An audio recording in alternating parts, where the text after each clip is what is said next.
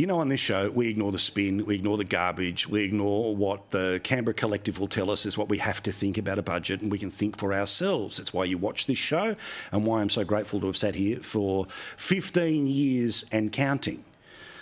Now, last year, we knew that the budget that was delivered by Jim Chalmers, which predicted more people will lose their job, that happened. Remember, 53,000 people lost their job in January alone, a football stadium of people. And there will be plenty of people inside the Canberra media who will go out and do the bidding for this government. For example, right now on the 9 News website, billions in cost of living relief. Oh, it's all extra money. No reference of a deficit, no reference to the country being in deficit until the Jetsons becomes reality. But of course, whatever they hand out, they are just replacing fractions of what they have already taken away. Remember, in one of his first decisions as Treasurer, they removed $1,500 from 10 million workers. This was the low to middle income offset, and it meant during the COVID years that there was a guaranteed $1,500 tax return for 10 million workers. That disappeared, meaning you were $1,500 poorer than the budget before as a result of the decisions of this government. And we also know that surveys showed us that more than 7 out of 10 Australian voters couldn't mention a single thing this government has done to make their lives financially better. This is after the budget, when they first came to power, after the budget, when they wanted us to talk about the voice, after the budget, with too little, too late tax cuts, that, remember, I said on budget night, forget the big number about annual savings, you pay your tax weekly, fortnightly or monthly.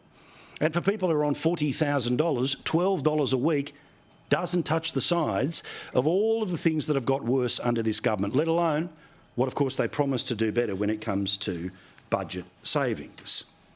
But again, despite the fact that the reality for the lowest income workers amongst us is $12 a week benefit, they fell for the spin. They fell for the big numbers. They wanted it to be a reset for a government in trouble. Tens of billions of dollars in cost of living relief is on the way tonight to Australians doing it tough. Every Australian household and 1 million small businesses will get money off their power bills in tonight's federal budget. There is money for just about everyone. On top of the tax cuts and energy assistance, pensioners will have the cost of scripts at the pharmacy frozen. Commonwealth rent assistance will jump for a second year. So that's the spin. And it'll all be there tomorrow. And it'll take a couple of days for everyone else to catch up. But I say immodestly because we've got it right for 15 years in a row. I am confident in our ability to do it again tomorrow night, which is to cut right through and to tell you the reality, not the spin. To use the numbers in the real world, like weekly or fortnightly or monthly pay, not big annual numbers. Perfect example is, the supposed cut towards power bills. It's $25 a month. And it is for the biggest of mansions to the smallest of shacks. So none of that touches the sides. It's all just so they can say something going into an election, hoping they can use that great Jedi mind trick to somehow change your opinion about your own reality of the past 3 years. But I want to take a giant step back about whether this whole system and the way we report on it and the way that we dissect it is exactly the opposite of the way we should be looking at things. For as long as I've been sitting here and as long as you've been voting, politicians have tried to focus on budget night on the number of rubber duckies that they're going to give us so we can play and distract ourselves like little kids in a bath. But the reality is that I don't want to focus on the number of rubber duckies. I want to focus on the fact that the bath is overflowing. The bath is going to be overflowing all the way to when the Jetsons 2060s.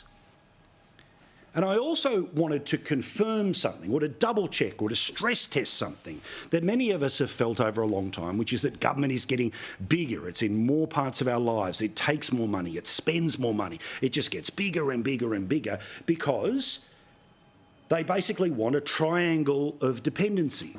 They want you to be dependent on the government when it comes to welfare, to be dependent on the government because you work for them, or if you're in business, for business to be the biggest client of government. And if they can lock in 60, 65, 75% of enough marginal or swing seats, well, then they get to govern forever. This is the type of logic that bankrupted Queensland, has bankrupted Victoria, where those state governments have been in place for the best part of 30 years. Thankfully, Queensland woke up and they're trying to do their best, well, to turn off the tap, not to reduce the total amount of water in the bath, but to guarantee there's not any more of this overflow. And in terms of debt, you know how bad things are in Victoria. But to do that, I had to have a look at a longer period of time, not just budget to budget, but era to era. And in all of our political lives, my media life, and in our voting lives, we all know that there's something fundamentally different about the government of John Howard and Peter Costello and the government of Anthony Albanese and Jim Chalmers. Now, they're going to argue that there's lots of cyclical things and there's a war in Ukraine and all the rest of it. No.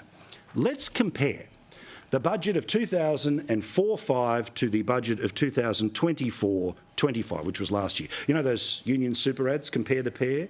Or maybe if you are much more online, it's how it started versus how it's going, and those memes. Now, to frame this conversation and to take you through this, I want you to know how many people have been added to the Australian population since the Howard Costello budget and the budget that was handed down last year. We went from 20 to 27 million people. That's an increase of 33%. If nothing else, put that number in your head. The population has grown by 33%. But if you have a look at the total amount of income tax and the total tax take, the Australian federal government has grown by a lot more than just 33%. Now, we even adjusted these figures for inflation, meaning we made sure that the value of the 2004 dollar was put into 2024 dollar value.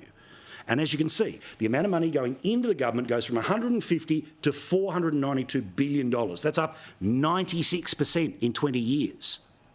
What about the number even closer to 100% of the total tax take of $193 billion, now up to $643 billion? But you'll notice in both of those, the single biggest source of income for the federal government is you and me, the people who work for somebody else and the tax is taken out. It's done so monthly, and that's how we pay it over. An increase of 96 and 99%. That's the amount of revenue. The population has only grown by 33%. Well, obviously, we know this Prime Minister is the latest in a long line of them, and it's multiple Prime Ministers, it's multiple forms of government, being Team Red or Team Blue.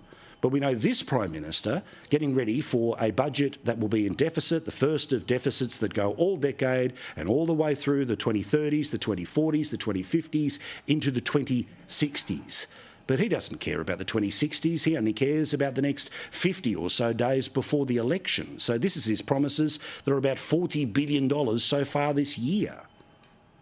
A $7.2 billion announcement today. $5 million. $10 million. $200 million. $3 billion. $350 million. $2 billion. $37 million. $842 million. $2.4 billion. $8.5 billion. $4.8 billion. $1 billion. $3.4 billion. Well, are you sitting down? Australia's population has only grown by 33% in the past 20 years. But federal government spending has increased by 128%.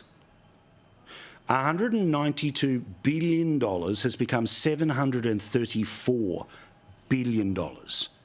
Adjusting for inflation, the reason it's 128% and not, 7,000% is because we took the value of the 2005 dollar, compared it to the 2024 dollar.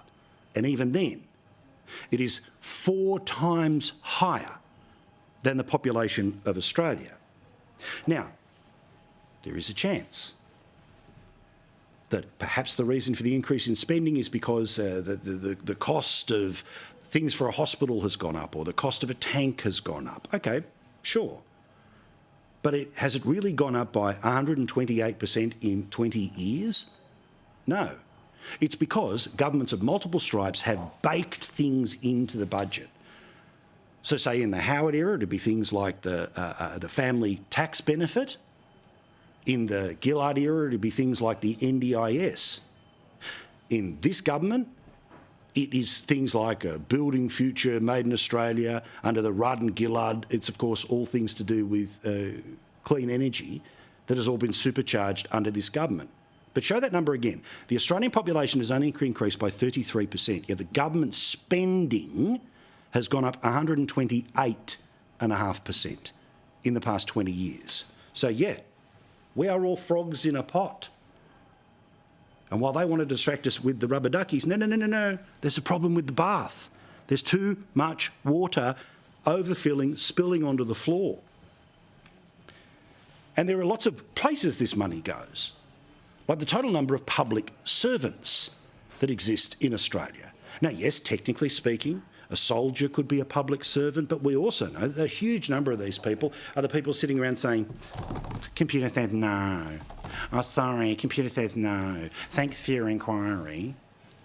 And while the total number of people in the Australian public service, this is the federal public service, has gone up by 45%, geez, they've got a few pay rises in the past 20 years because basically 472%, basically a multiple of 10x's have gone into this. This is why we are in what is called a structural deficit. The government has baked in guaranteed spending on endless new programs or pay rises.